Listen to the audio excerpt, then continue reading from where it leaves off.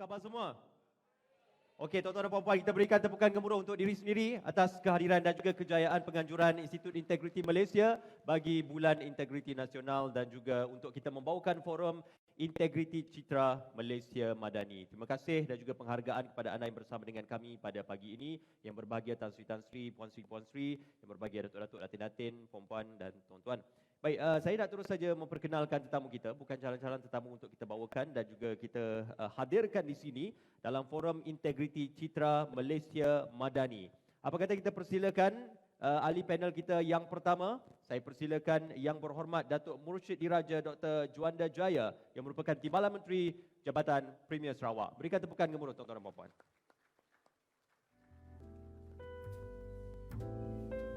Silakan Datuk. Dan seterusnya tuan-tuan dan puan-puan ialah Yang Berbahagia Profesor Emeritus Datuk Dr. Abdul Rahman Embong yang juga merupakan penasihat khas Persatuan Sains Sosial Malaysia dan Fellow Academy Profesor Malaysia. Silakan Yang Berbahagia Prof.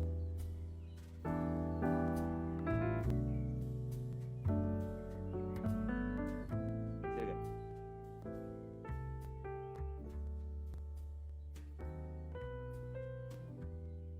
Dan seterusnya tuan-tuan dan puan-puan, panel kita yang terakhir, ayo kita berikan tepukan gemuruh kepada Yang Berbahagia Tan Sri Datuk Sri Dr. Nurul Ainur binti Muhammad Nur, Pengerusi College University Yayasan Pahang UCYP. Silakan Yang Berbahagia Tan Sri.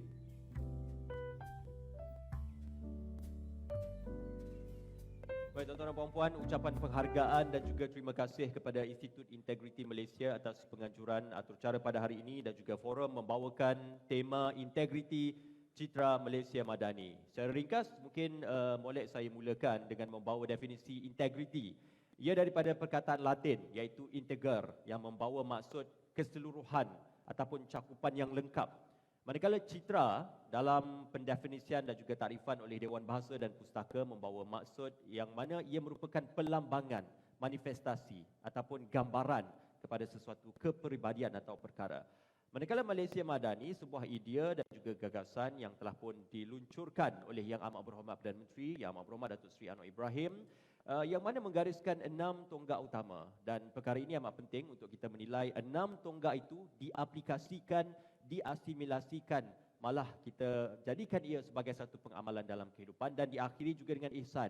Maka ihsan ini amat penting untuk kita mengenali bagaimana sesama manusia, rasa hormat dan juga rasa kasih antara satu sama lain akan dapat direalisasikan. Cuma dalam konteks pada hari ini tuan-tuan dan puan-puan, kita akan berbual secara santai untuk kita melihat bagaimanakah integriti yang secara keseluruhannya digambarkan sebagai suatu bentuk ketelusan atau kejujuran dan juga amalan nilai-nilai murni. Maka secara keseluruhannya itu, apa jua amalan nilai-nilai murni membawa konotasi kepada maksud integriti. Jadi fokus integriti ini apakah ia sesuai dan apakah ia selari dan berkolerasi dengan kerangka Malaysia Madani. Boleh untuk kita mulakan kalau panel sudah bersedia, ya, yang berbahagia Datuk, yang berbahagia Prof dan juga yang berbahagia dan juga yang berhormat untuk kita mulakan pada hari ini. Kita mulakan dengan yang berhormat terlebih dahulu.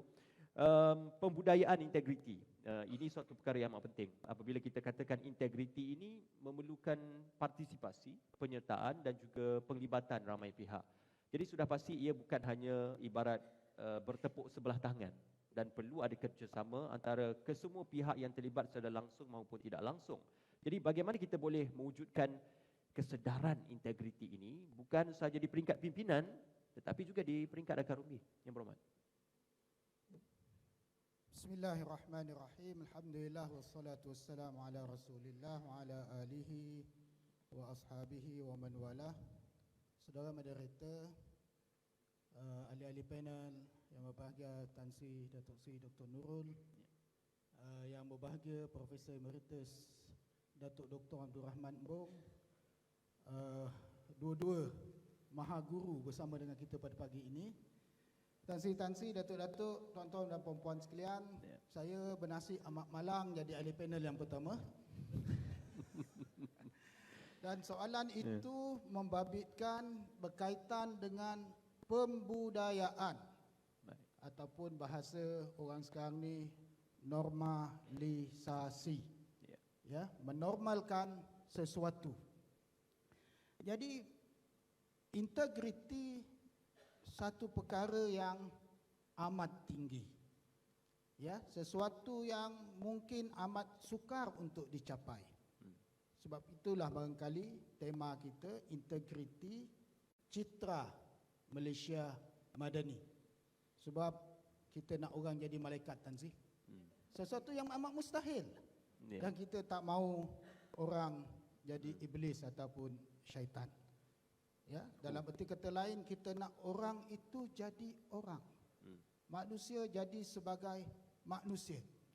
Dan kita mahu manusia itu jadi manusia yang normal, manusia yang ada maruah diri, manusia yang tahu diri, dan manusia yang sentiasa menjaga kehormatan diri kita. Tadi ahli panel kedua bagi tahu saya suruh baca banyak sikit Quran dengan hadis sebab beliau akan sebut perkara-perkara lain selepas itu. Okey. Sudah bersedia dengan nas dan dalilnya?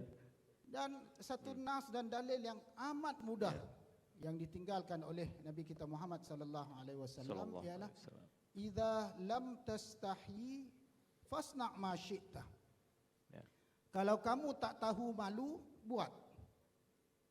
Kalau kamu tak ada maruah diri, silakan buat. Ya, ataupun bahasa yang lagi eloknya, kalau kamu bukan manusia yang ada maruah diri, silakan buat. Ini satu mesej yang penting untuk kita normalisasikan dalam masyarakat kita. Jangan cuba buat benda yang menyalahi undang-undang. Jangan cuba buat normalisasi benda yang tidak baik. Ya, minta maaf saya sebut barangkali ramai di kalangan kita kat sini yang berkedudukan tinggi. Kerana orang sebelum daripada kita buat benda tak baik, sampai turn kita, turn saya lah pula. Ya, takkan tak boleh buat. Ya, orang lain sebelum kita salah guna kemudahan pejabat. Turn kita lah pula. Ya. Amalan itu berterusan. Amalan itu berterusan sebab ia dianggap normal. Anak dia kahwin satu pejabat jadi ahli jawatan kuasa. Itu tidak normal itu? Dan dia kahwin baru pun satu pejabat dia ajak hadir. Yang tu mungkin dia tak berani Tan Sri sebab dia takut kantoi. Tapi orang kata perkahwinan ni molek dihebahkan. Ya, memang molek dihebahkan, tapi berpada-padalah. Buatlah ikut ukuran baju di badan sendiri. Orang boleh ukur berapa pendapatan kita dan setakat mana kemampuan kita. Betul Tan Sri? Orang lama dah setuju. Seterusnya, yang kedua yang ingin saya sebut, bagaimana soal pembudayaan. Dalam kehidupan ini, perkara yang baik dan buruk itu akan sentiasa bersaing di antara satu sama lain sampai bila-bila. Yang ini barangkali disebut di dalam agama Islam sebagai amar ma'ruf nahi munkar. Kalau ramai yang ajak kepada yang baik, akan kuranglah yang ajak kepada yang buruk. Kalau ramai yang normalisasikan yang buruk, maka yang buat baik akan jadi alien. Dia akan jadi orang asing. Terpencil. Terpencil. Orang pun pelik. Pasal apa kau tak nak ambil? Alah, ambil lah sikit je. Orang lain pun ambil. Alah, ambil sikit ni dosa sikit je. Orang lain lagi banyak. Dia lagi bawah neraka. Tak apa, you duduk atas-atas, on surface je. Terbakar jugalah kan. Ya. Jadi kita perlu meramaikan suara-suara positif agar suara-suara negatif itu tenggelam dan menjadi perkara yang asing.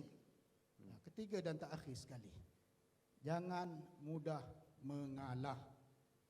Ya, pembudayaan ini satu perjuangan yang panjang. Ya, satu perkara yang amat sukar. Contoh paling senang, kita dah biasa minum air kosong. Tiba-tiba orang nak marketkan air yang manis, gula. Semua sekarang takut gula kan?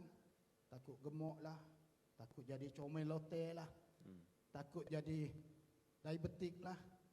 Maka disebut ada minuman tak ada gula tapi manis. Logik ke? Ada sesuatu yang manis tanpa gula? Madu lah. Madu. Madu lagi tak boleh bawa balik ke rumah. Masalah yang besar.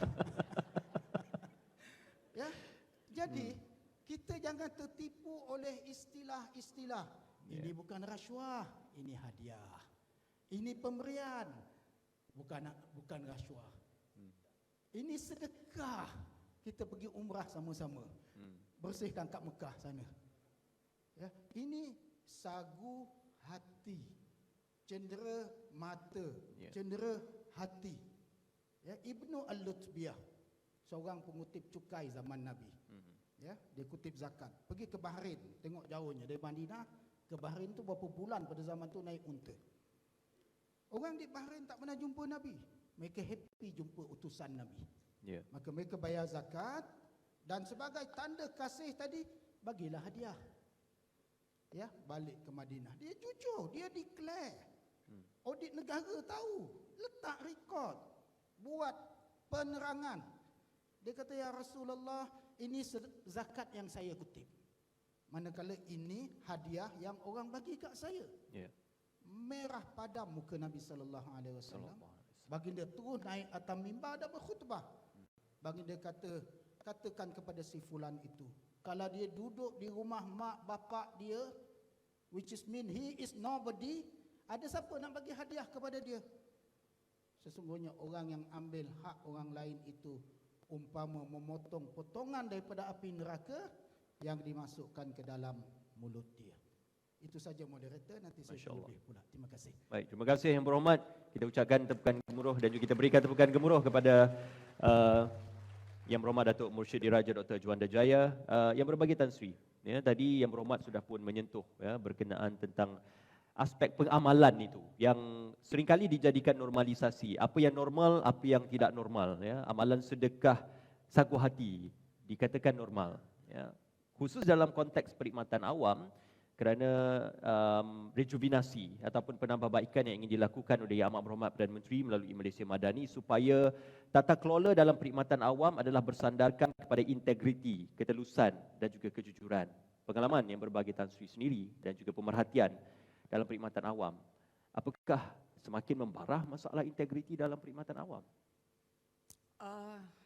Terima kasih Encik Ismail dan terima kasih kepada IIM yang menjemput saya hari ini ya. Memang teruja dengan apa yang dikatakan oleh YB ni. Nak jawab juga tu nanti. Boleh tak saya dapatkan slide? Saya ada satu slide CPI Corruption Perception Index ya untuk negara-negara ASEAN. Baik. Sini ya. Kenapa saya pandang sanda gambar saya rupanya belakang?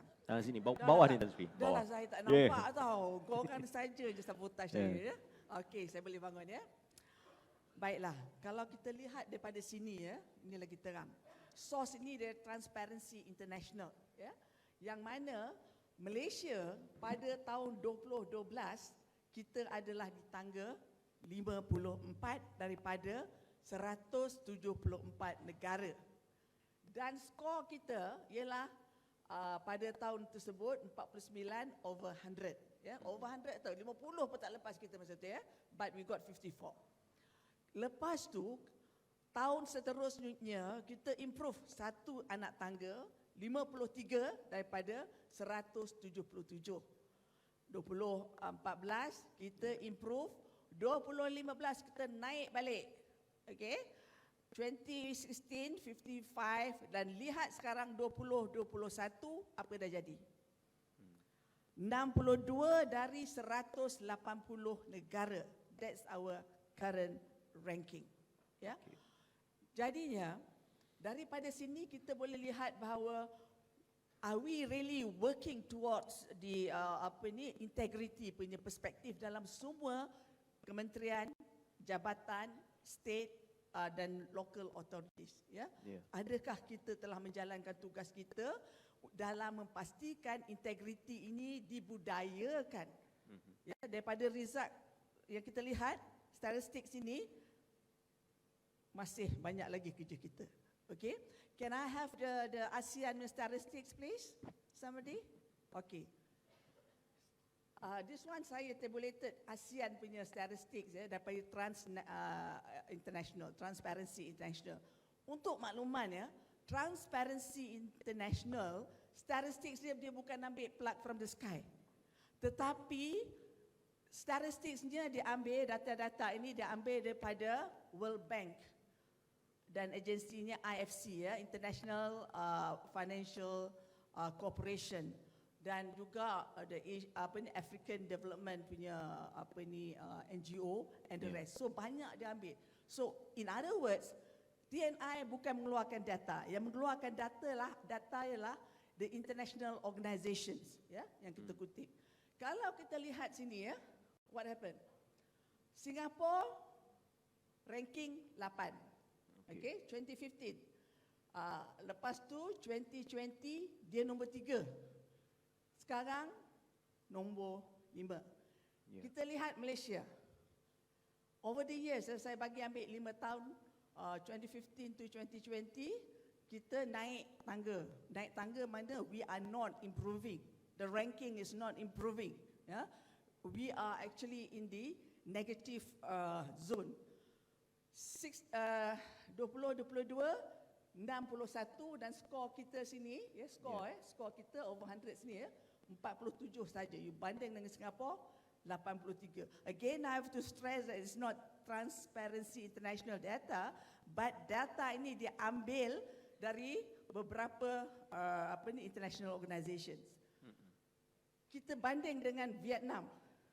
Okay, you look at Vietnam. Vietnam 2015 112 ranking dia. Dan kalau 2020 104, okay, improving a lot, and now is 77. Vietnam used to be low middle income countries, but foreign investors are not coming in. Okay. Actually, foreign investors are coming in drove into Vietnam. Ya, kerana apa? Kerana Transparency International menunjukkan bahawa they have improved, and also kalau kita lihat foreign investors, they depend on Economic Intelligence Unit punya data, EIU punya data, dan that is one of the contributors to the data of CPI. CPI adalah khusus, ya, adalah khusus untuk public sector.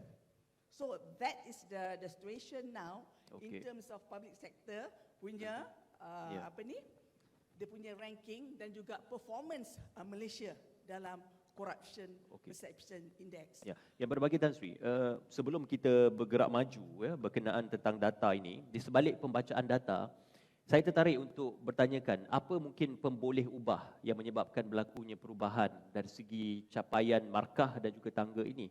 Apa mungkin landscape politik ataupun landscape pemerintahan menjadi satu pemboleh ubah utama? Dari pengalaman saya dan juga dari kajian yang telah dibuat oleh Nusis Science USIM, ya, USIM telah membuat kajian last year, ya. Tajuk kajian USIM ialah Ethics and Integrity in a Public Sector Organisation in Malaysia, an Assessment of Understanding and Perception of the Employees. Tahun 2022, ya, USIM buat kajian. Menurut USIM, daripada kajian ni, ya, it's not only the top management that should be committed, giving their all dalam semasa kita hendak mengimplementasikan integrity, ya. It should be wholly, the whole organisation daripada peringkat atas bawah mesti committed. Seperti apa yang dikatakan oleh CEO tadi, ya, which I was impressed dengan Sarawak. They have IAM telah ada modul, integrity being adopted by the Sarawak local authorities.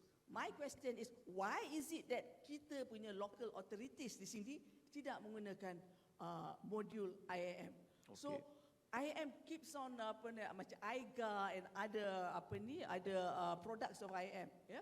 But the question is, adakah kementerian, state agencies and also local authorities are committed towards apa yang dikendaki oleh kerajaan, ya? So that's the question dia ni.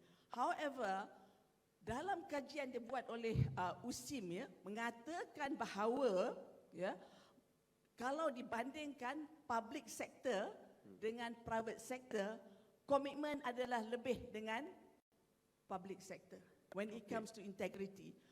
the percentage is 78%. Ya, menunjukkan public sector they are more looking towards integrity in the organisation. Contoh dia masa zaman saya dulu kan adalah unit integrity khusus dalam semua agensi, you know. And also in comparison to the private sector pula, dorang punya statistics mengatakan about cuma 60% saja yang committed towards integrity. So in other words, we are public sector adalah lebih committed when it comes to integrity. But the question is, private sector should also be go on board, yeah, to be on board with the public sector. So that's my take on this thing lah, ya. Yeah. Dan balik Madani you mengatakan, for me, saya personally feel that Madani is an ecosystem. Okey. An ecosystem dengan 6 tonggak yang telah being laid down by kerajaan. Ecosystem tau. Dalam ecosystem ni, maka terdapat isu challenges, you know, yang akan di-solve oleh the public sector. Okey. Right? Antaranya macam daya cipta, kesejahteraan, ya. Ihsan. Ihsan is basically you are looking at the social. Daya cipta is more on technology, you know, innovation, to ensure that our country will go on, the growth will keep going until we are up there. So that is the reason why kalau you tengok dalam Madani terdapat the ranking being laid down. In 10 years time, among the ranking, let me read it out, yeah. Among the ranking mengatakan, in 10 years time, we are going to be the top 30 economies, dalam dunia. That's being said by the Madani punya future looking forward, yeah. And in terms of global competitiveness, for example, in 2023, kita nombor 27 lah. But the target in 10 years time nombor 12. Now the question, I'm going back to the public sector and also the private sector. Are we going to achieve that? And how are we going to achieve that? Because the set target is there. Looking forward and looking for the future to ensure growth in the nation, kan? So that's the perspective that I look ini. Dan pada masa yang sama juga, antara lain mengatakan bahawa female, that's my passion, I'm passionate about wanita, ya. Female labor participation rate, yeah. Female labor participation rate can be contributed in terms, can be linked to ihsan. Ihsan dalam konteks Madani punya ekosistem.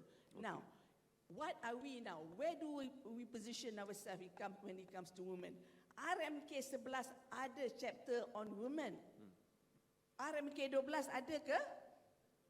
Throwing that back to all of you, the public sector and also ni. There's none. How could we leave the women behind when actually 49.5% population adalah wanita? Okay. You are talking about half the human resource dalam negara kita adalah wanita. If we leave them out, meaning to say that kita telah mengenepikan wanita dan juga growth will not be contributed by the wanita. Dengan participation wanita, we can get about 4%. Okay. Kita punya labor participation rate wanita. Apa perlunya dasar ataupun suatu kerangka yang bersifat gender centric ataupun fokus gender ini berbanding kita melihat dasar itu dilakukan secara pukal ataupun secara konklusif berbanding dengan gender centric?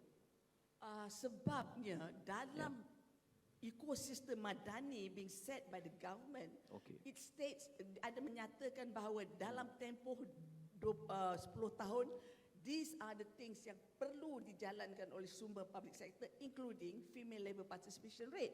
Sebab wanita kita cuma dapat about 54%, about 50%, dibandingkan lelaki 80%.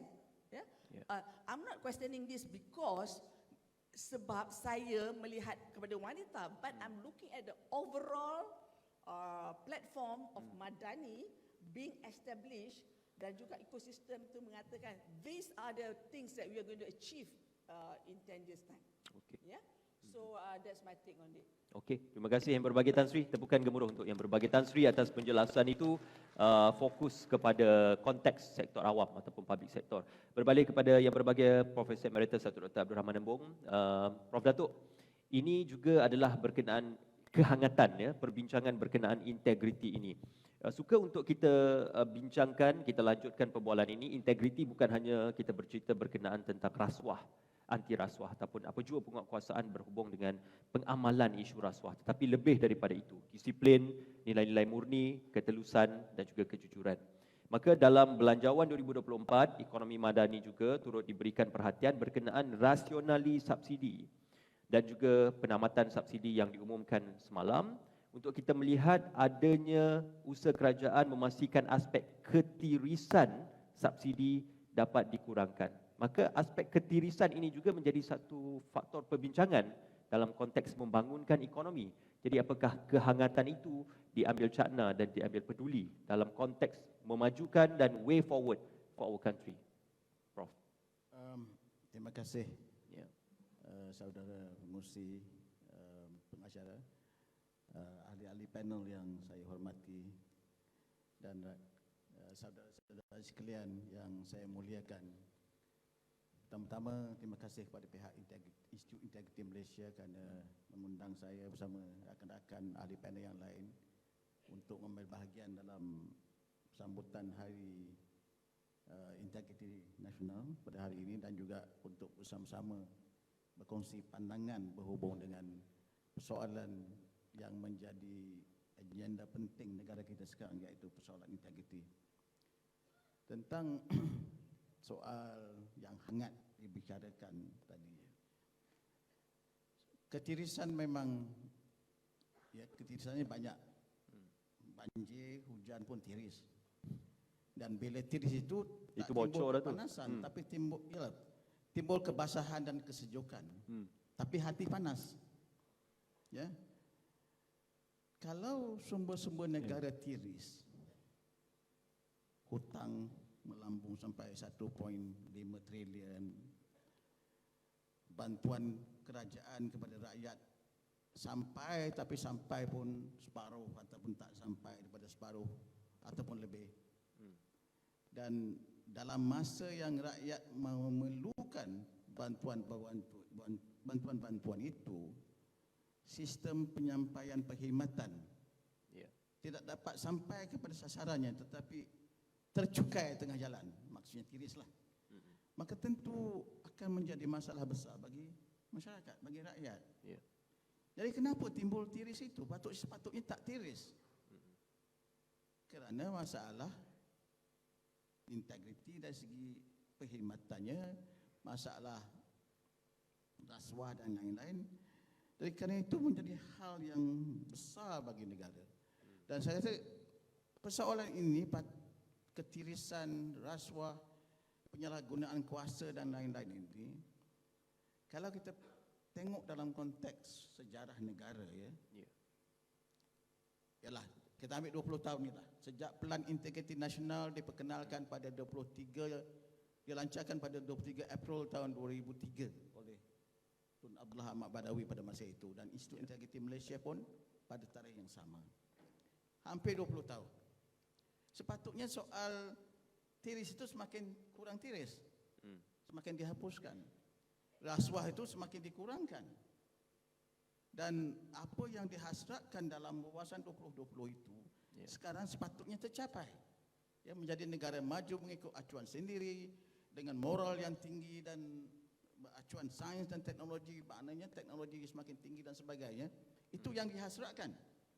Dan sekarang ini, tapi apa terjadi pada wawasan 2020?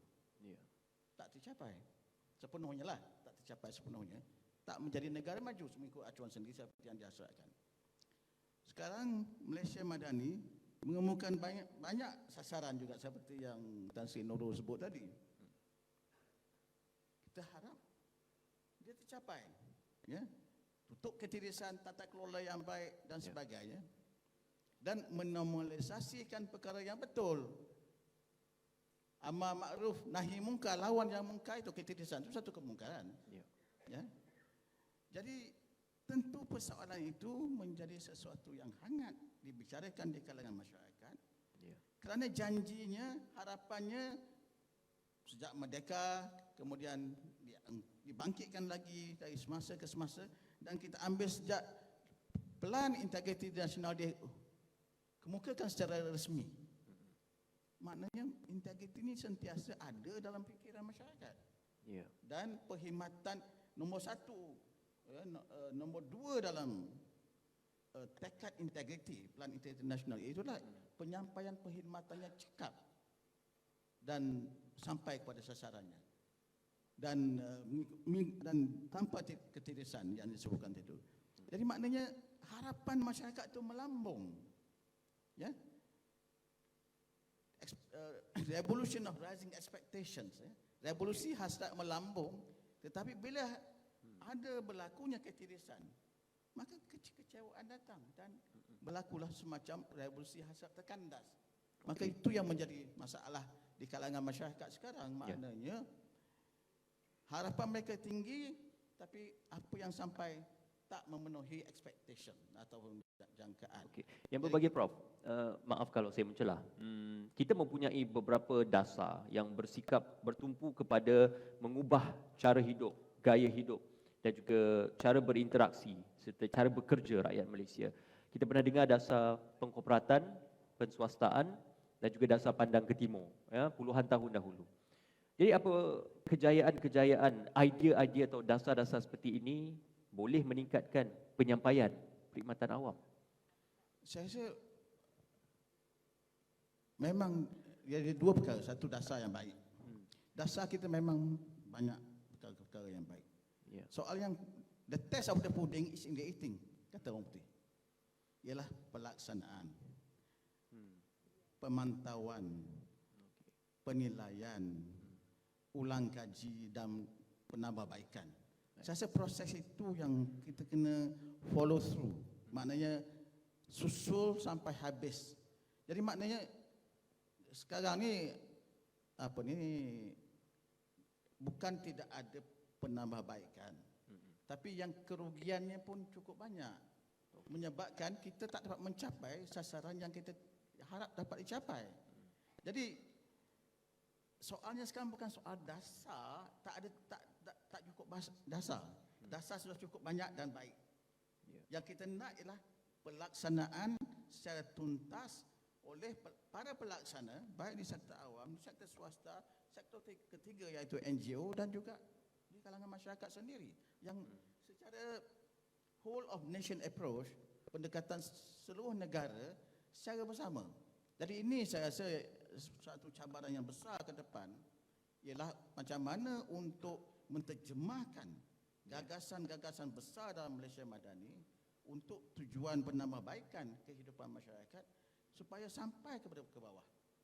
Menormalkan idea-idea dalam Malaysia Madani itu, memasyarakatnya kan supaya rakyat dapat terjemahkan, pelaksana dapat terjemahkan dan masyarakat dapat laksanakan dalam di peringkat bawah. Itu saya rasa cabaran yang besarnya. Okey, terima kasih yang berbagi Prof. Tepukan gemuruh untuk yang berbagi Prof bagi pusingan yang pertama ini.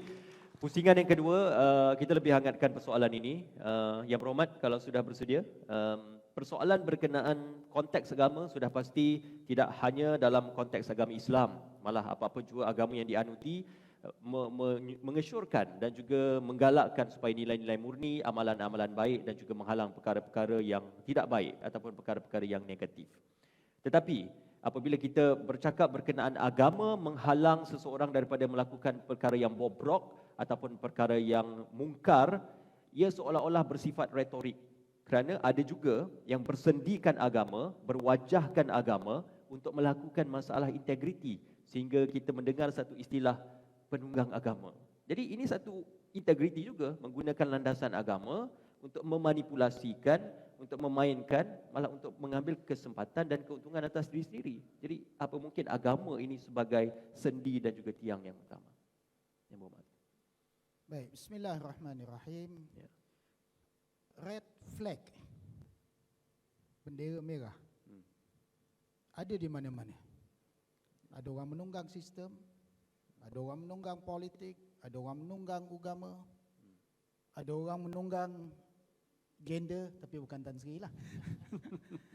Ya, dia pelbagai alasan digunakan, ya, untuk menutup salah guna.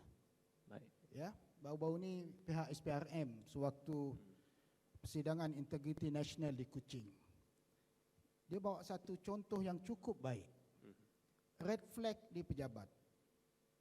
Sentiasa datang awal pejabat, balik paling lewat. Ya, ini semua ciri yang baik. Datang pukul 7 barangkali, balik pukul 6.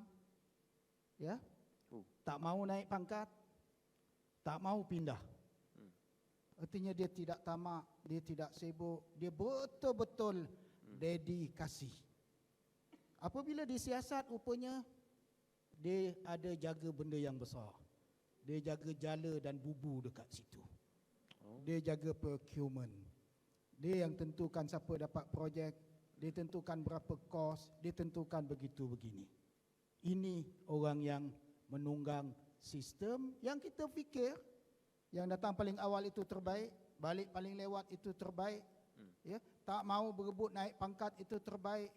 Tak mau pindah itu terbaik. Rupanya ini juga red flag. Ya.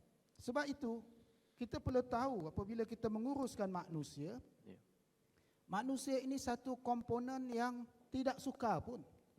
Dia ada akal, dia ada nafsu, dia ada keinginan, dia ada temptation. Perkara-perkara ini hanya boleh dikawal dengan sistem yang dicipta juga oleh manusia. Ya.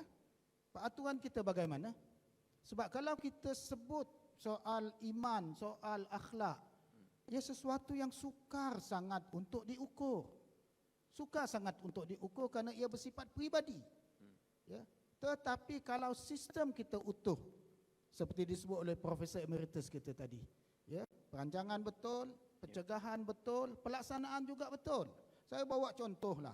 Ya, saudara moderator, saya ni di antara orang yang tak mau masuk politik. Tapi masuk juga. Dah terpaksa masuk, dipaksa masuk, memaksa masuk. Jadi tuan-tuan janganlah masuk politik. Ya. Okey. Kita buat sesuatu yang kita tak tahu, jadi kita belajar. Ya. Dah masuk ni nak keluar tak? Ya. Yang disebut tentang subsidi tadi. Ya. Ada agihan baja di kampung. Okey. Kita pun nak tahu macam mana baja ni diagih dan kepada siapa ia diagih. Baik. Kita pun minta kepada agensi yang agihkan baja dan racun ini mesyuarat. Reluctant, tak mau mesyuarat. Bagi arahan. Saya sendiri chair mesyuarat, panggil semua agensi yang berkenaan. Bagi senarai, panggil ketua masyarakat. Ya, tengok siapa yang dapat. Ali bin Abu sebagai contoh. Lahir tahun 1921. Umur sekarang berapa? Hampir 100 tahun. 100 tahun. Okey. Tanya kat Pengulu, wujud tak yang nama Ali bin Abu? Wujud. Sehat. Sehat. Masih berkebun? Masih. Memang dia layak. Okey. Ada pula Abu bin Ali. Lahir tahun 2020. Waktu Covid. Baru 3 tahun. Baru 3 tahun. Tanya lagi kat Pengulu, wujud tak budak ni? Wujud. Ya. Dia berkebun tak? Mana boleh berkebun YB? Umur 3 tahun. Kita tanya dekat pegawai kita, macam mana boleh ada nama ni? Dah itu senarai yang diberi, kami terima je lah. Ya. Ini isu ketirisan kerana kita tak buat pencegahan. Ini isu ketirisan sebab kita repeat perkara yang sama. Tiap tahun agih baja, siapa terima kita tak tahu. Tiap tahun kerajaan belanja untuk baja berpuluh-puluh juta. Apa outcome? Tak tahu. Ini soal apabila sistem kita tidak diurus dengan baik. Sistem dah ada. Tinggal yang menguruskan itu tadi. Kerana barangkali normalisasi, orang tahun dulu buat macam ni, kita buat. List yang sama tak payah update. Tukar date saja. Update tak payah.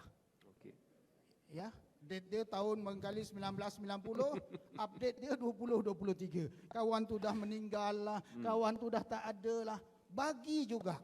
Ini satu contoh yang amat kecil.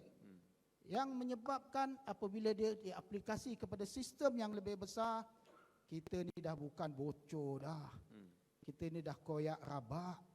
Ya, sebab itu bila kita sebut hutang negara sampai trilion, tidak hairan apabila benda yang buruk seperti ini, normalisasi, tidak jaga sistem, ia akan meruntuhkan kita semua.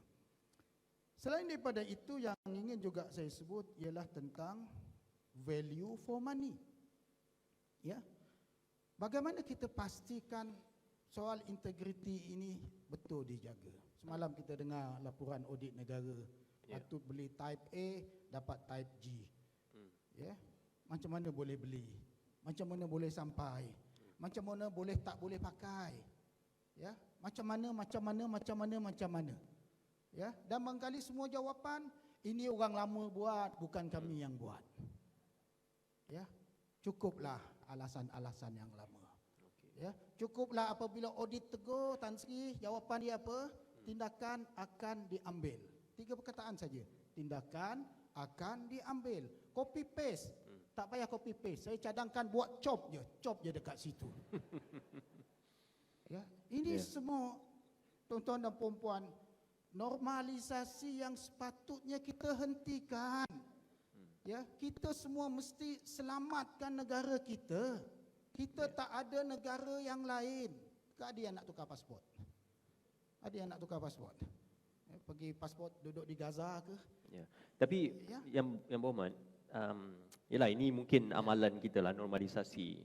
Selagi tak kantoi atau dalam masa mudah ni selagi tidak tertangkap, selagi itu akan berlaku. Kerana pemahamannya mudah. Selagi mana tidak tertangkap, maka selagi itu boleh melakukan dan bebas melakukannya. Ini juga mungkin barangkali Tan Sri, Prof. Ya, minta maaf saya sebutlah, saya pernah jadi pegawai awam lebih 20 tahun. Sebab barangkali ramai yang fikir kita pegawai awam ni kebal. Paling pun dibagi teguran, paling pun letak bawah kapet, paling pun duduk dalam pool. Siapa tak seronok duduk dalam pool, sejuk je tiap-tiap hari, gaji jalan. Ya, ini masalah kita. Kita lupa bahawa kita adalah kaki tangan Sri Paduka Baginda.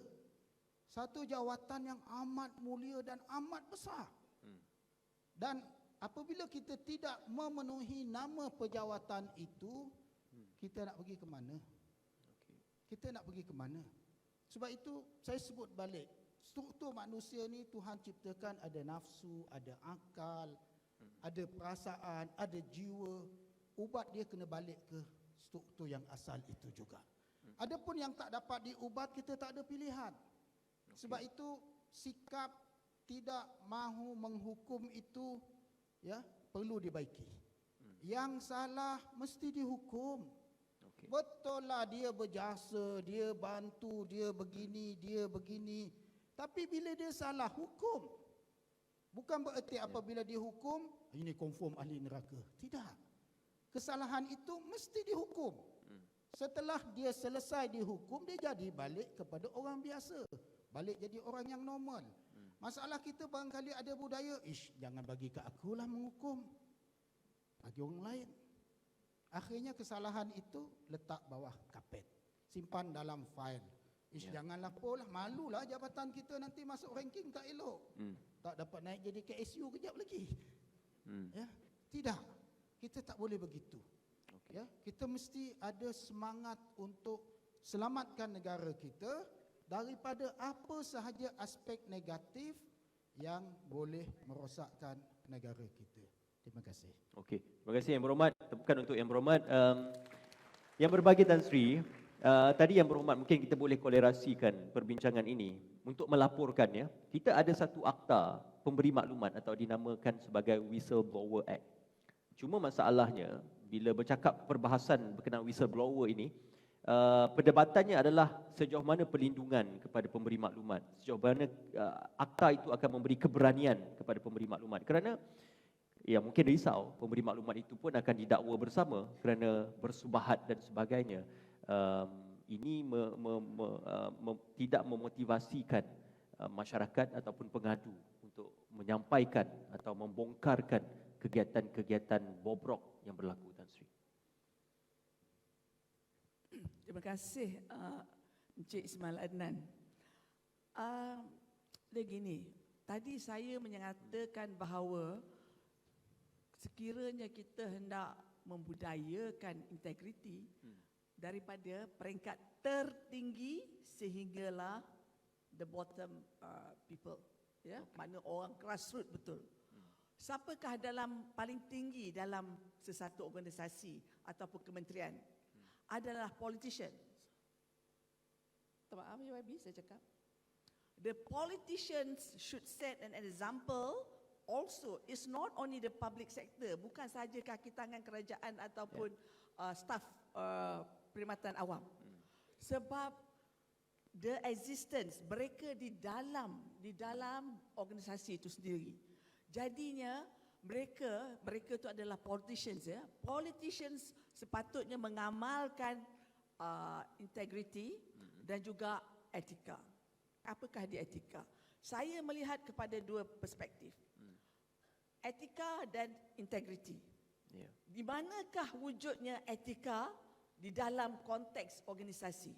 Baik. Ianya merupakan tangible items yang mana kita menurut. Apakah dia? Carta pelanggan. Ya? Kita ada manual prosedur kerja. Kita ada file major. So, the etika ialah sesuatu kita membuat dalam kementerian perkhidmatan awam lah, ya, adalah berdasar kepada the tangible items being listed just now. Tangible tau. Maka the product is the integrity.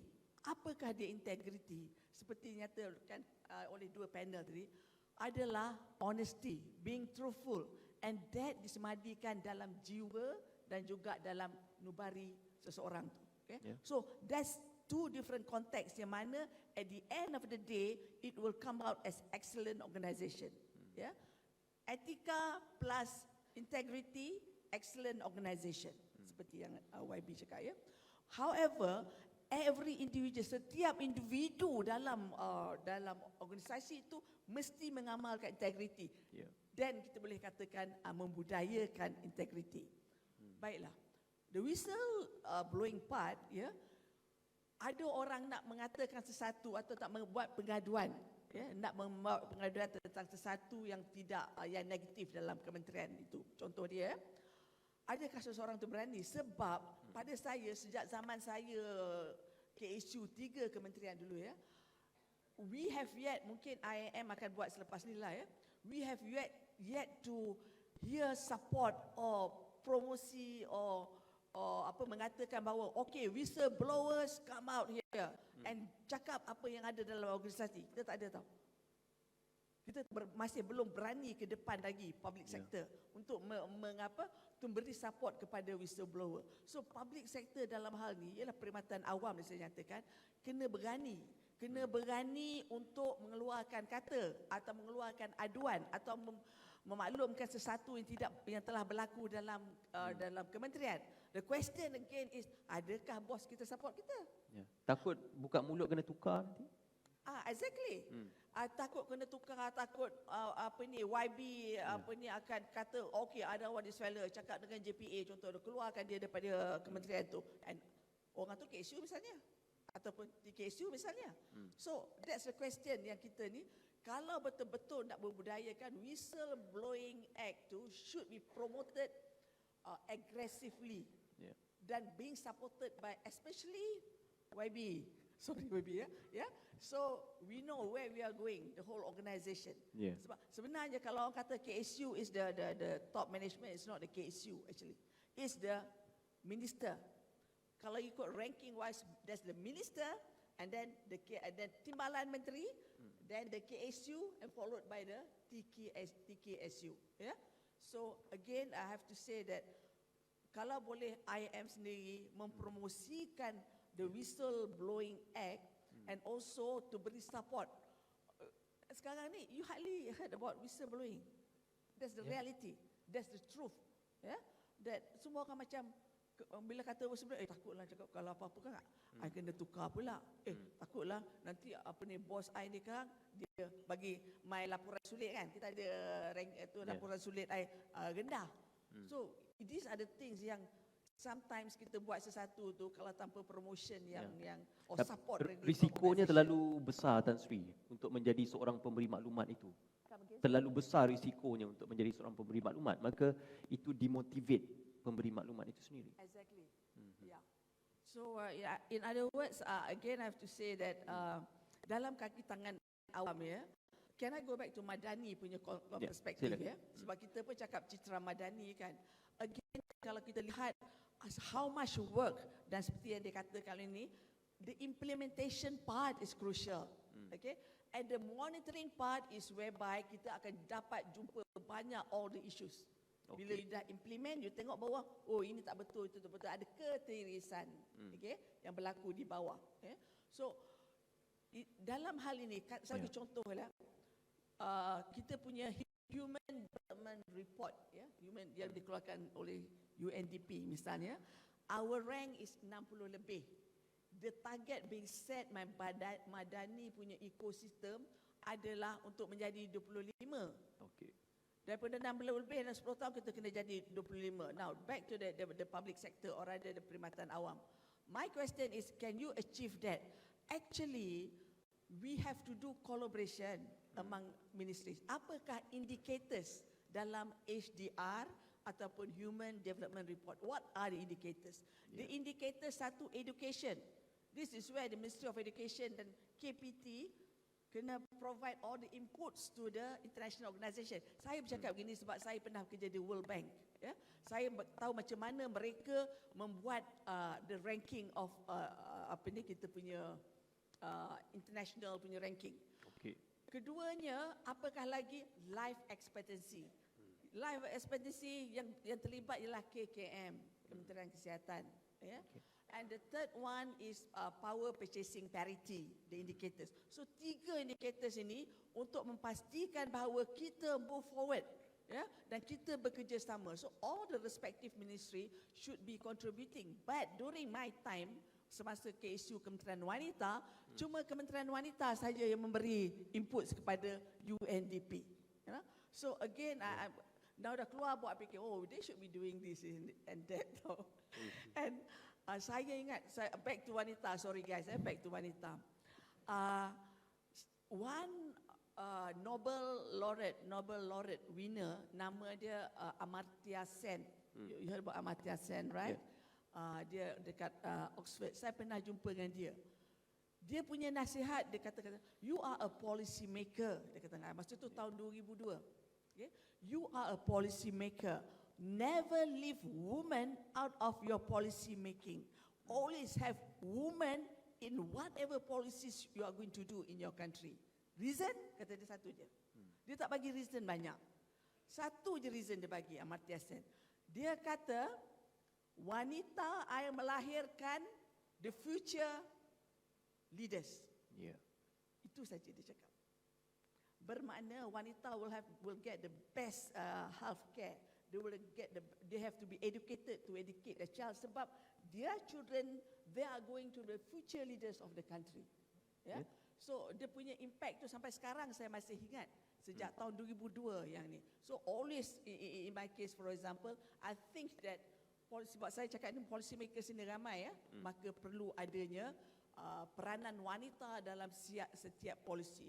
Satu lagi Madani punya aspek ialah daya cipta. Daya cipta. Daya cipta pada saya is something that's mungkin mesti ni people mesti patut mewawarkan, which I think they are doing. Sekarang ni daya cipta, you are talking about green economy, green growth.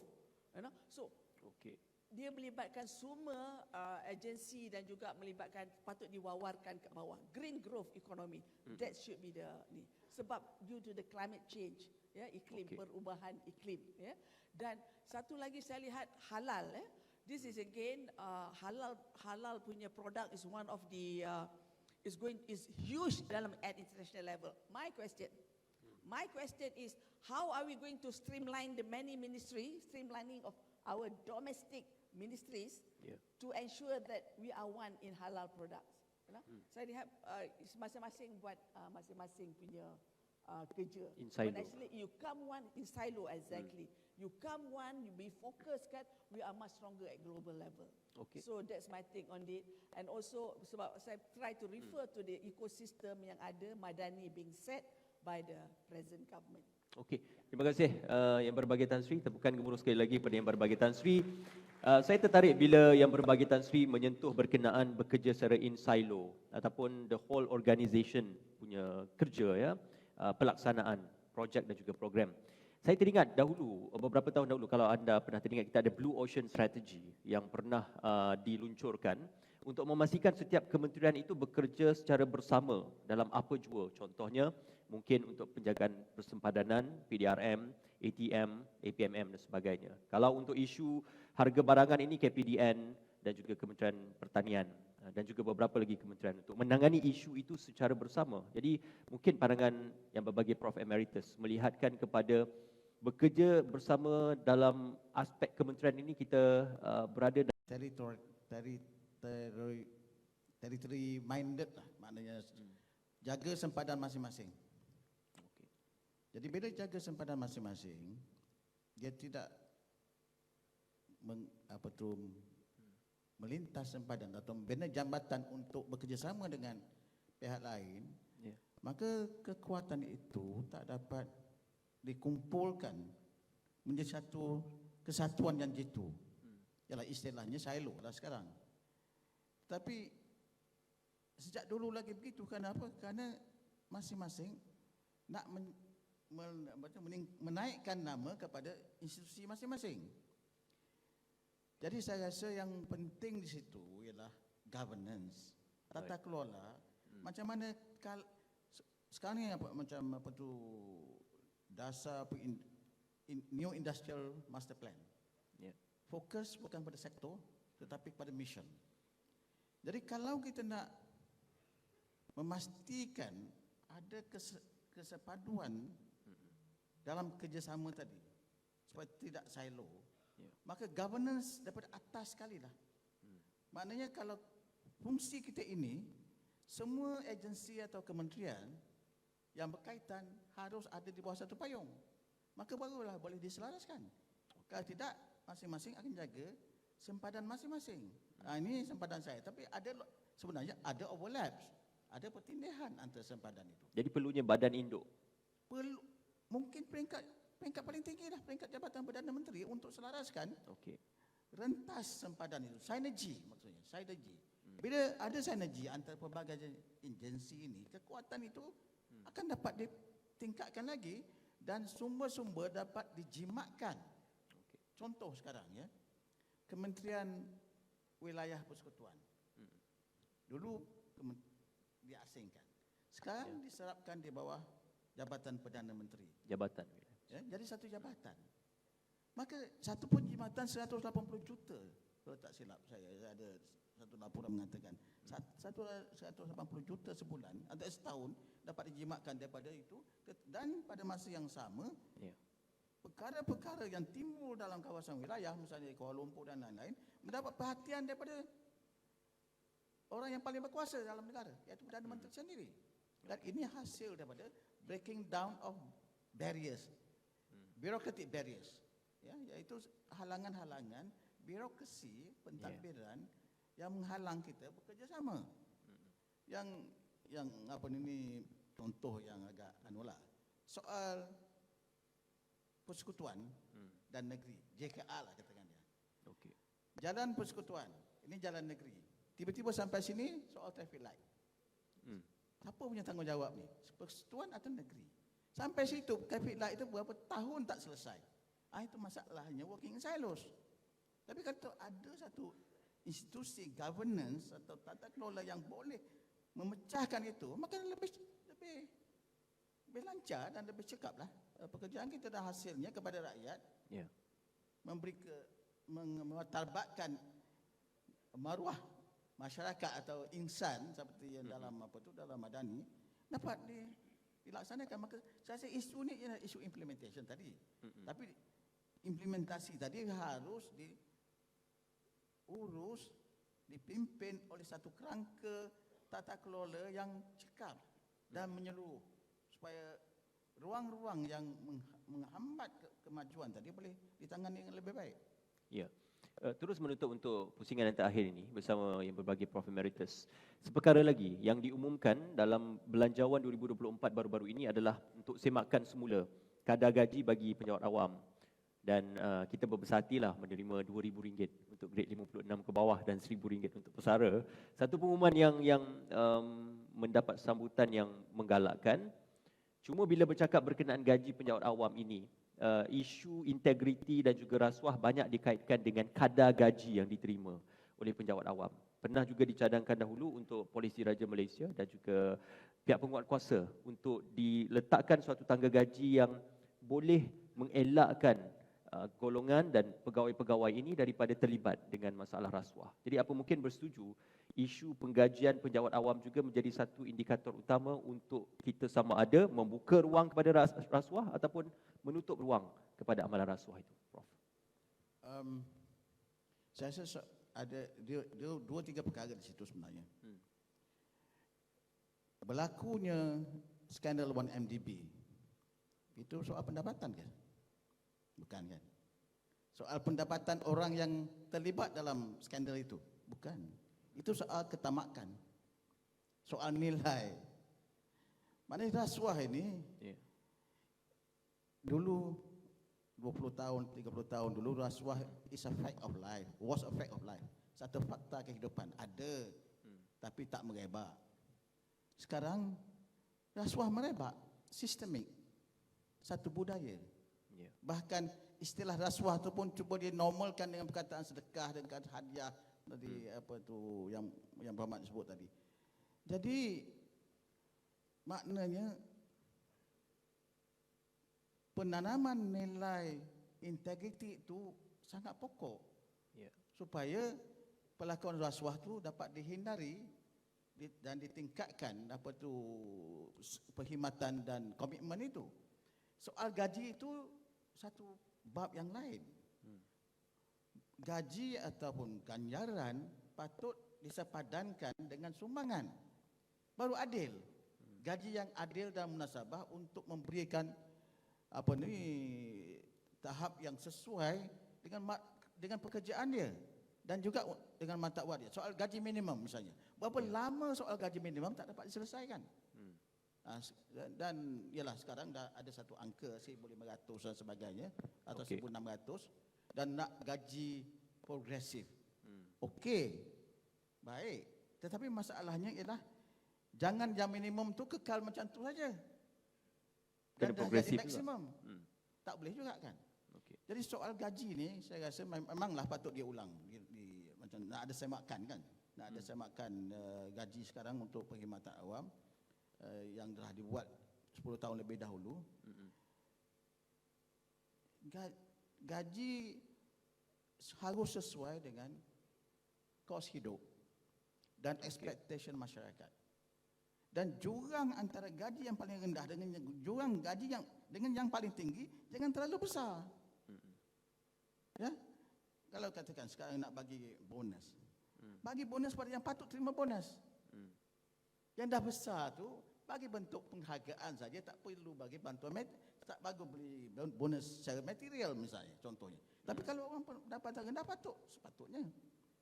Nah, sekarang dia bagi kepada apa tu bonus sagu hati lah 54 ke bawah. Itu nampak ada sikit perubahan lah. Ya. Jadi maksud saya ialah gaji itu sepatutnya diselaraskan dengan taraf hidup dan kos hidup dari semasa ke semasa. Gaji rendah bukan punca rasuah. Tapi apa rasuah berpunca daripada kenaikan kos sara hidup? Rasuah berpunca dari dalam rendahnya integriti. Rasuah adalah manifestasi rendahnya integriti di kalangan individu dan juga dalam sistem itu sendiri. Itu berlaku. Apa ni, orang yang paling miskin kadang-kadang dia beri kepada orang lain. Kenapa? Hatinya. Hatinya untuk membantu, bukan untuk mengambil. Ya. So maksudnya sebab saya kata kedua-dua perkara itu jangan dicampur adukkan. Rasuah rendahnya integriti itu satu soal lain, soal sistem dan juga soal hati manusia itu. Tetapi soal gaji pendapatan ialah pengiktirafan kepada sumbangan dia. Dan apa tu, walaupun tinggi gaji itu tak semestinya tak rasuah. Itu sebab susah. Ketamakan. Ya. Ketamakan. Ketamakan. Yang kita perlu hadapinya ialah gejala kegelojohan, ketamakan yang besar. Ya. Ya, abad 90 itu, dekad 1960-an pernah istilahkan oleh Joseph Stiglitz, ya, ahli ekonomi yang terkenal sebagai the worst decade in history in terms of greed, the greediest decade in history. Tamak, zaman paling tamak masa itu, kata dia. Kerana orang berebut nak kekayaan material. Jadi terpesona dengan material dan terpesona dengan material ini ialah jalan langkah ke arah keruntuhan. Baca Ibn Khaldun. Mula-mula susah payah. Lepas tu baik sikit. Lepas tu mewah. Lepas tu berpoya-poya jatuh. That is the cycle. So artinya ialah kita harus perbaiki tangga gaji. Tetapi pada masa yang sama perkokohkan pembinaan integriti. Okey. Dan perkokohkan sistemnya, governance-nya. Okey. Kedua-duanya harus rentak. Ya. Miskin harta tidak bermaksud perlu menjadi miskin moral ataupun miskin iman. Ya. Miskin moral yang menyebabkan. Okey. Terima kasih Prof Emeritus. Tuan-tuan dan puan-puan, berikan tepukan kepada yang berbahagia Profesor Emeritus Datuk Dr. Abdul Rahman Embong. Tan Sri, pusingan yang terakhir yang berbahagia Tan Sri, satu lagi dalam aspek pendidikan, ya. Kita agak skeptikal kerana ia sudah banyak diajar di peringkat sekolah, pendidikan moral, pendidikan agama Islam. Dikatakan itu sebagai asas untuk membina jati diri, membina moral dan juga membina keimanan. Tetapi baru-baru ini kita mendengar di peringkat pengajian tinggi diadakan satu subjek, iaitu subjek rasuah dan anti-governance. Anti-rasuah dan juga governance. Untuk mengajar siswazah-siswazah ini berkenaan tentang isu-isu integriti dan juga rasuah.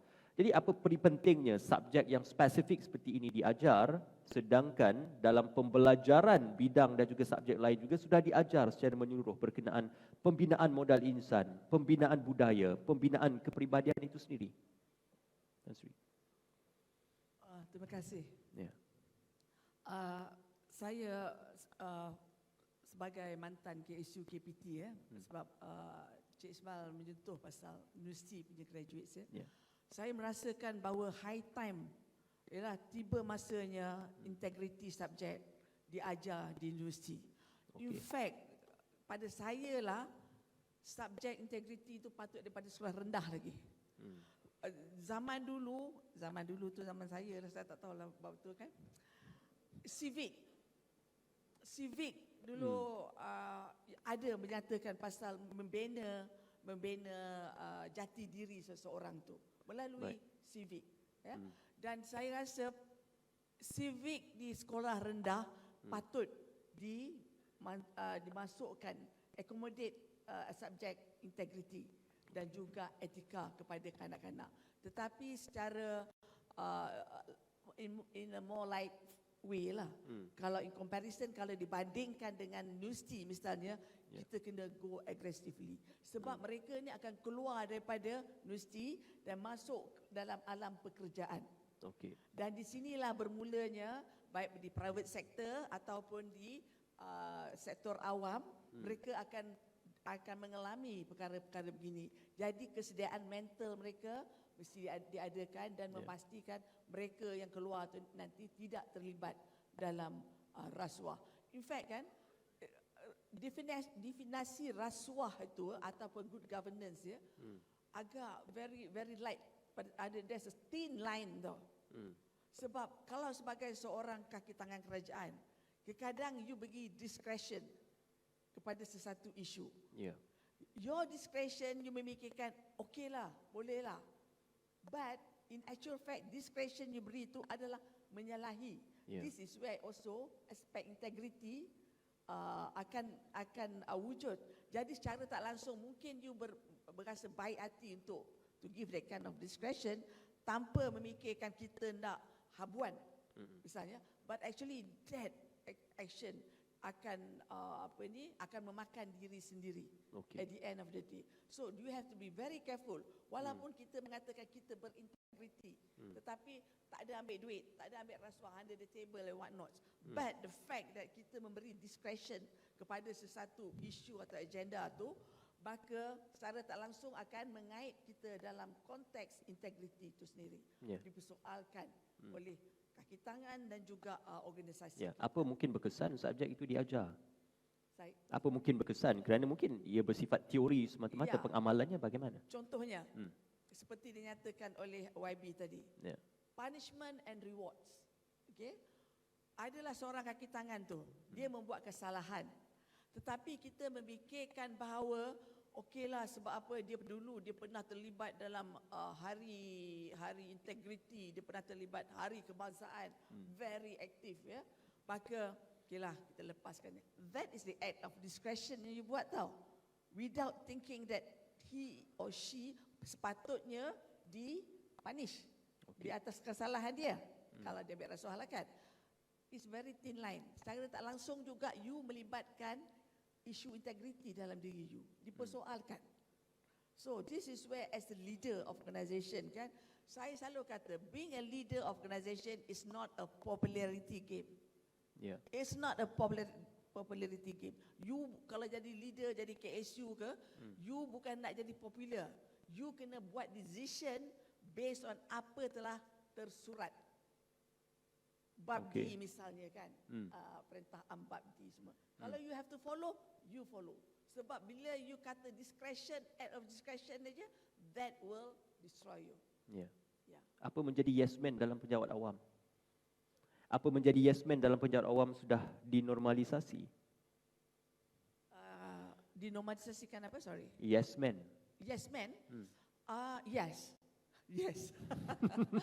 Sebab Ya. okey, orang-orang tua dalam polisi dalam bilik ni ya, yang jadi dah kiranya dah super skill C, super skill B, jadi ketua-ketua. Tolong bagi voice to the young generation. Okey. The young officers.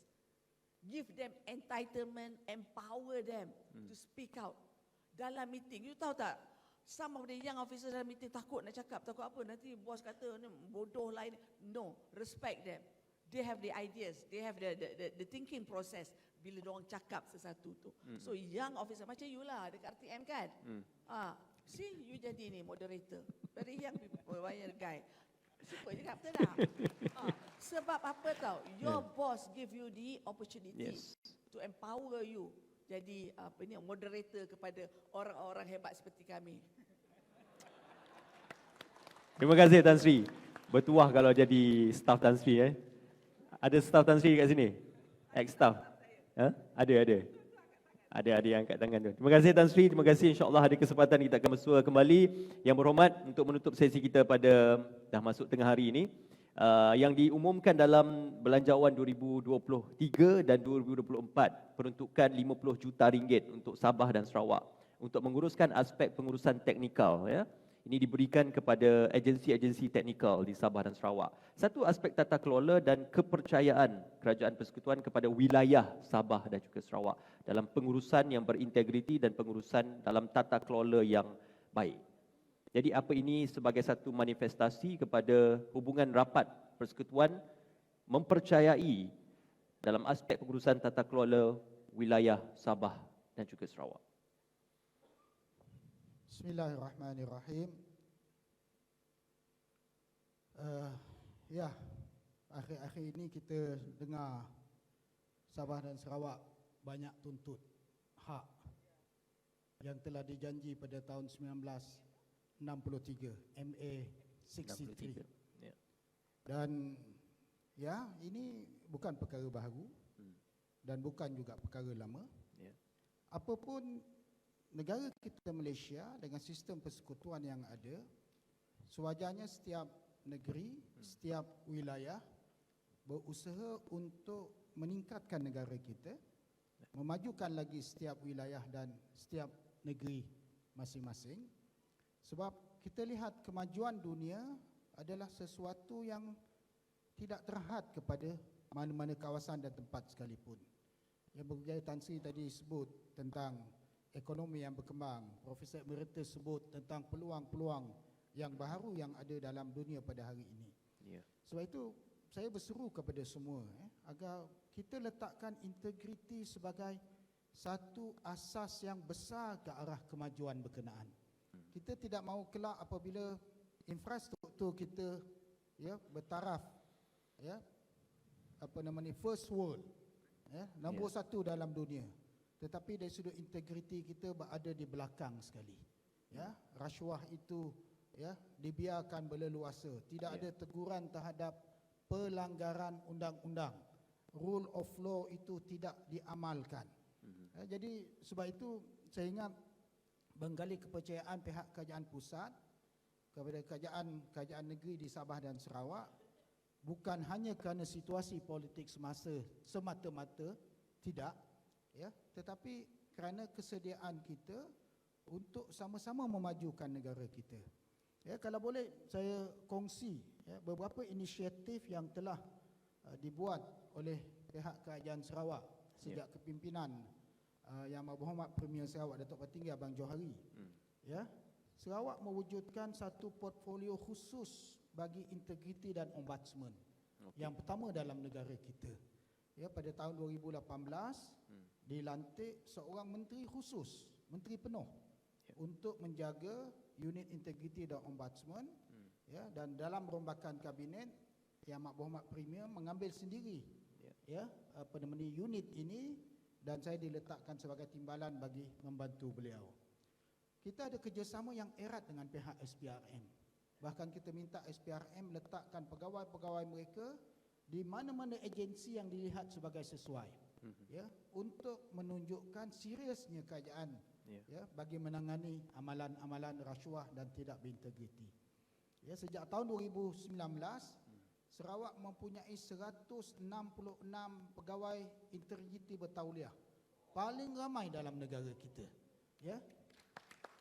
Dan ini sebenarnya inisiatif daripada kepimpinan utama Yang Berhormat Premier sendiri, yang memastikan setiap agensi sekarang sampai ke peringkat pejabat daerah kecil pun kerajaan negeri mahu ada pegawai integriti bertauliah yang ditauliahkan oleh pihak SPRM. Sebab ini satu lambang kita serius. Bukan hanya itu, Yang Berhormat Datuk Amar State Secretary baru-baru ini turut mengumumkan bahawa semua pegawai integriti ini semua akan diberi kuasa yang lebih dan akan diselia secara langsung oleh unit integriti dan ombudsman Jabatan Premier Sarawak. Untuk memastikan segala pelaporan, segala tindakan, segala apa sahaja yang berkaitan dengan integriti itu ada tindakan segera dan dalam pengetahuan pihak kepimpinan yang tertinggi. Di samping itu, kerjasama kita dengan pihak IIM secara khususnya, saya sejak diamanahkan jaga unit ini, saya tengok tak ada kawan terbaik untuk kami selepas SPRM ialah IIM.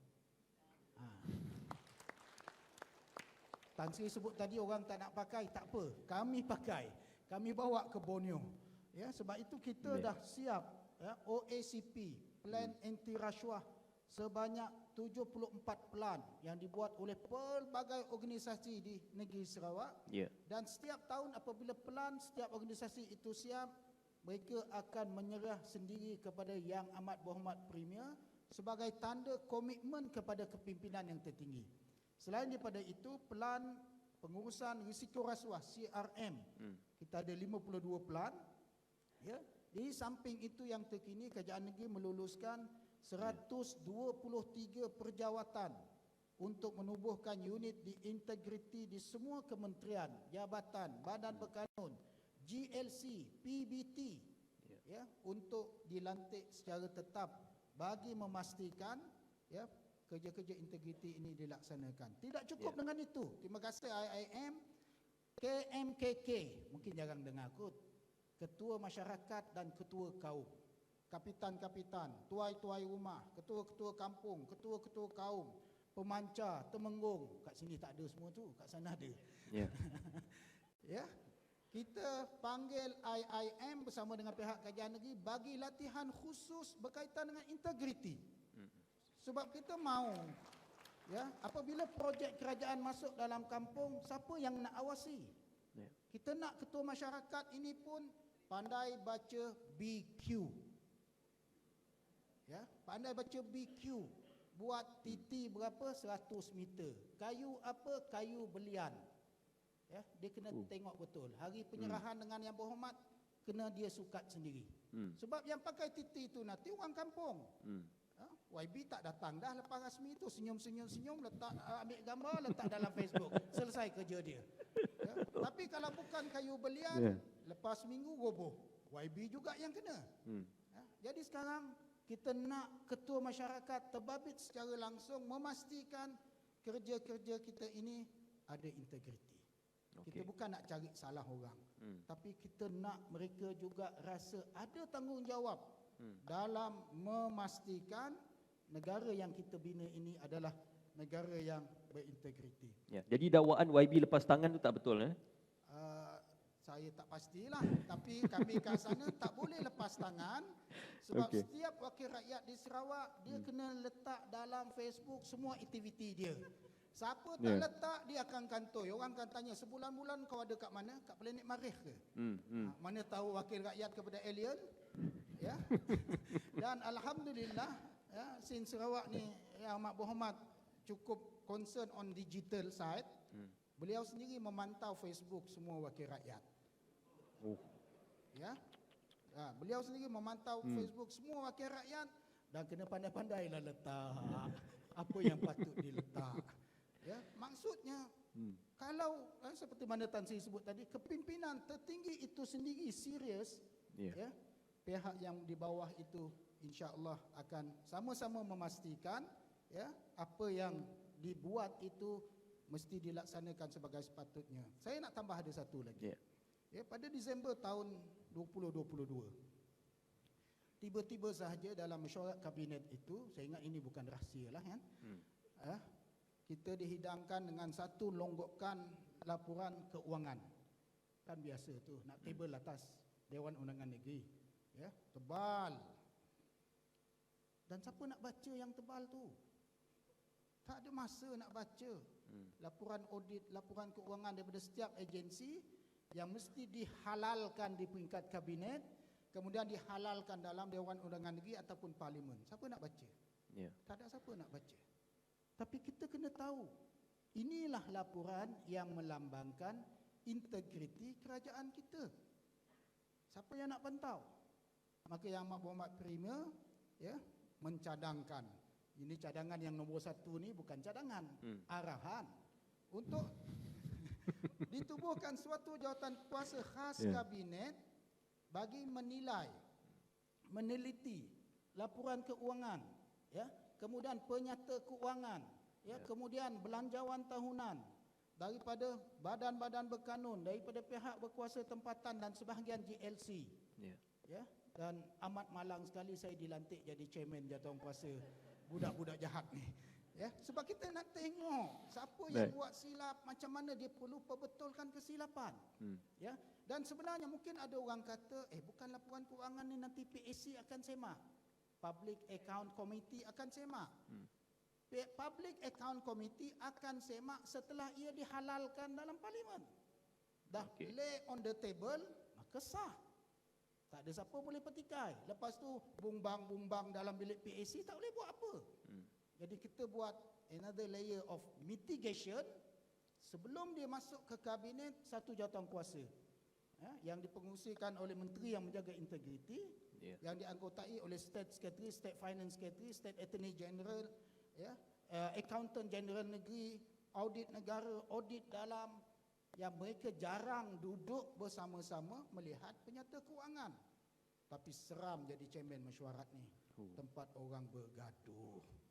Sebab yang datang semua accountant. Chairman dia je bukan accountant, ustaz. Itu jadi masalah dia. Jadi mereka bergaduh, kita sebut sallu ala nabi lah. Ya, sebab semua membabitkan angka. Dan angka ini sesuatu yang you tak boleh tipu. Tetapi rupanya ada orang kreatif buat account dan buat angka. Saya pun tak tahu, rupanya dia boleh selit kat sini. Tetapi yang saya sebut dan kongsikan ini adalah untuk buktikan kalau kita serius, kita boleh buat. Kita boleh buat. Berapa hari tak tidur malam? Ya, ada kadang-kadang tu terfikir, ya, apa pula alasan mereka pada hari ini. Ya, Okey. sebab sebahagian JLC Tan Sri, bila kita tanya, pasal apa bajet tahun ni bertambah daripada tahun lepas? JLC berapa lama? 20 tahun. Bila nak bagi balik kepada kerajaan, itu tak cukup bajet lagi. Pasal apa you belanja lebih? Duit kami YB. Wah, dia kata duit kami. Padahal itu duit kerajaan. Ya, mentaliti ini yang mesti kita buang. Bahawa apa yang kita belanjakan adalah duit rakyat. Duit amanah yang mesti kita belanjakan ikut peraturan. Ya, bukan dengan buat secara creative accounting, you sembunyi sana, you sembunyi sini. Tahun lepas beli komputer, tahun ni beli komputer lagi. Ada komputer pakai buang ke? Lepas tahun tak boleh pakai. Software outdated kot. Mungkin. So, beli software je lah, jangan beli hardware.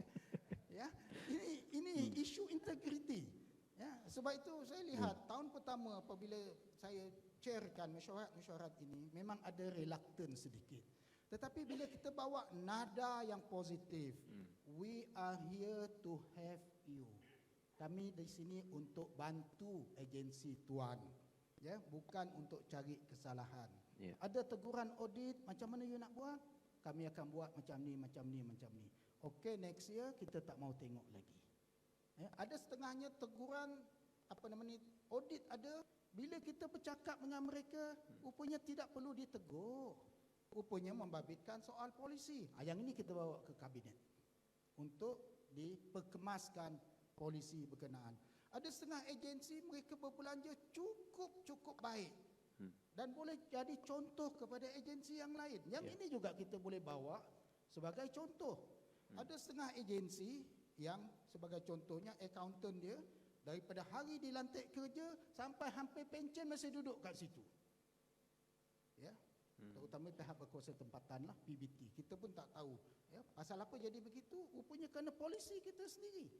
Jadi di sini ia boleh dibawa kepada pihak kabinet, berkuasa paling tinggi dalam negeri, agar polisi seperti ini kita mesti lihat semula. Sebab itu bila timbul soalan-soalan tadi, walaupun tak ditanya kepada saya soal gaji, saya setuju gaji pegawai awam mesti dinaikkan. Sebab negara yang CPI-nya tinggi, gaji dia tinggi. Betul Tan Sri? Ya, Singapura. Singapura sebagai contoh, negara jiran kita. Ya, memang produktiviti mesti ditingkatkan, tetapi kapasiti mereka itu, gaji mereka, upah mereka, agar temptation yang mengganggu hati nurani dan jiwa mereka tadi dapat ada satu benteng bagi memastikan mereka tidak terjebak ke dalam alam rasuah. Cuma persoalan yang paling besar, kat mana kita nak cari duit, yang tu kena letak kepada pihak pemerintah lah. Ya, wallahu a'lam. Baik, terima kasih kepada Yang Berhormat tuan-tuan dan puan-puan. Ayo kita berikan tepukan kepada Yang Berhormat Datuk Mursyid Diraja Dr. Juandi Jaya, Yang Berbahagia Profesor Emeritus Datuk Dr. Abdul Rahman Embong, dan juga Yang Berbahagia Tan Sri Datuk Sri Dr. Nurul Ainur binti Muhammad Nur. Terima kasih Yang Berbahagia Datuk Yahati. Terima kasih Institut Integriti Malaysia. Tuan-tuan dan puan-puan, tepukan gemuruh untuk diri anda masing-masing.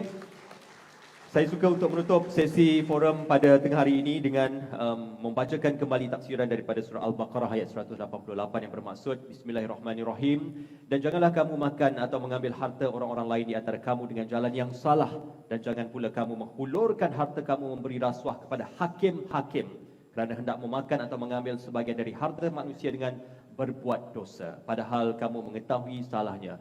Tuan-tuan dan puan-puan, ayo kita ambil seminit untuk kita menyedekahkan Al-Fatihah dan juga bertafakur kepada saudara kita yang terkorban di Palestin. Bismillahirrahmanirrahim.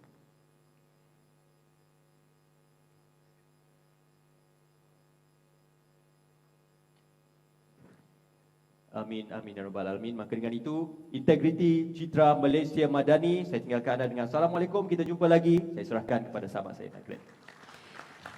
Baik, terima kasih Ismail Adnan untuk sesi forum Integriti Citra Malaysia Madani yang telah pun kita saksikan sebentar tadi. Dengan itu berakhirnya Majlis Pelancaran Sambutan Bulan Integriti Nasional 2023. Seterusnya dijemput yang berbahagia Datuk Nur Yahati binti Awang, Ketua Pegawai Eksekutif Institut Integriti Malaysia untuk naik ke pentas bagi menyampaikan cenderahati kepada semua panel dan moderator. Kita mulakan dengan Yang Berhormat Datuk Mursyid Diraja Dr. Juanda Jaya, Timbalan Menteri di Jabatan Premier Sarawak, Integriti dan Ombudsman.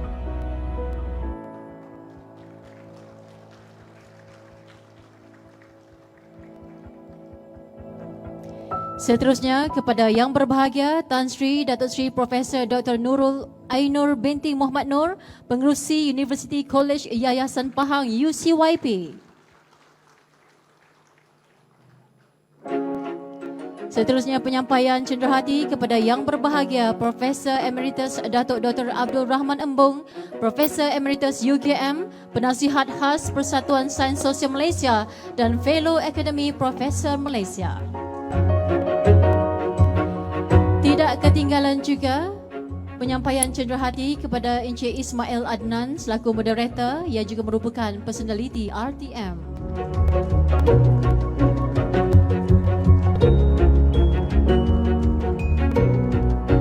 Dipersilakan untuk kesemua panel bersama dengan Yang Berbahagia Datuk Nur Yahati bersama untuk sesi bergambar.